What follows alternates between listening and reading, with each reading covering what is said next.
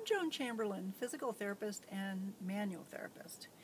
I'm here up at Big Bear this morning and I wanted to do a video on low back pain and leg length discrepancies. You know, I get so many of my low back patients come in and they tell me that their doctors have diagnosed them with a short leg or a leg length discrepancy. In fact, I had a patient just recently that came in with a half-inch heel lift.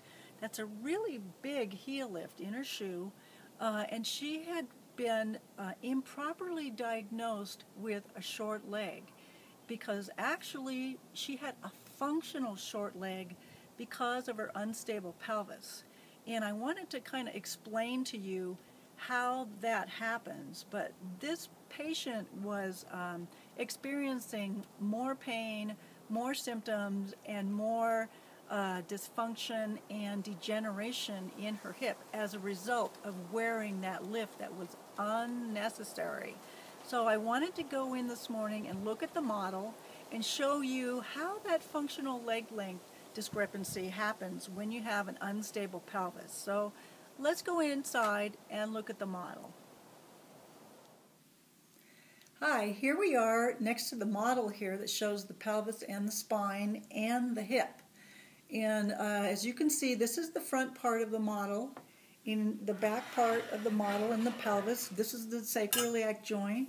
Here's the actual hip. Here's the top of the pelvis, and here's the spine. So if you can imagine kind of my hands as being the innominate bones here, and my forearms here being the femurs, you can see how when the pelvis rotates out of alignment, it tends to rotate forward and backward. That's dysfunctional.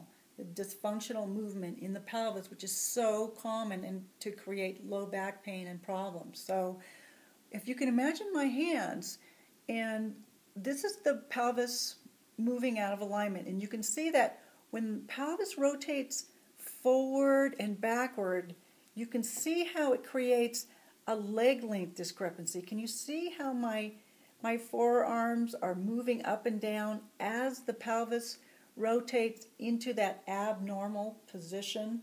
This is exactly what happens in your pelvis when you have an unstable pelvis. And you can see how that can create a functional leg length discrepancy.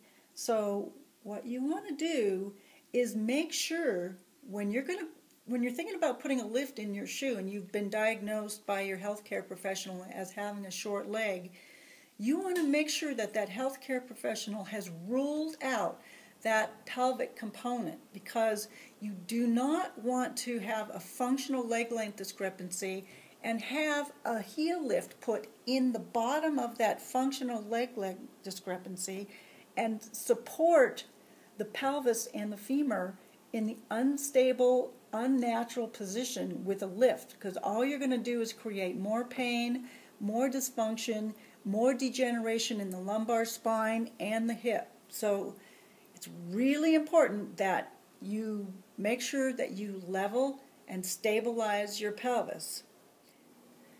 Okay, so if you are unable to get to a healthcare provider that really understands the pelvis, you can purchase or download my DVD, The Missing Link to Neck and Back Pain Relief, which gives you stretches where you can stretch the muscles that are pulling your spine and pelvis out of alignment, and it gives you strengthening exercises that strengthen the muscles that hold your pelvis in alignment, and they are very effective exercises. So create a pain-free life and stabilize your pelvis.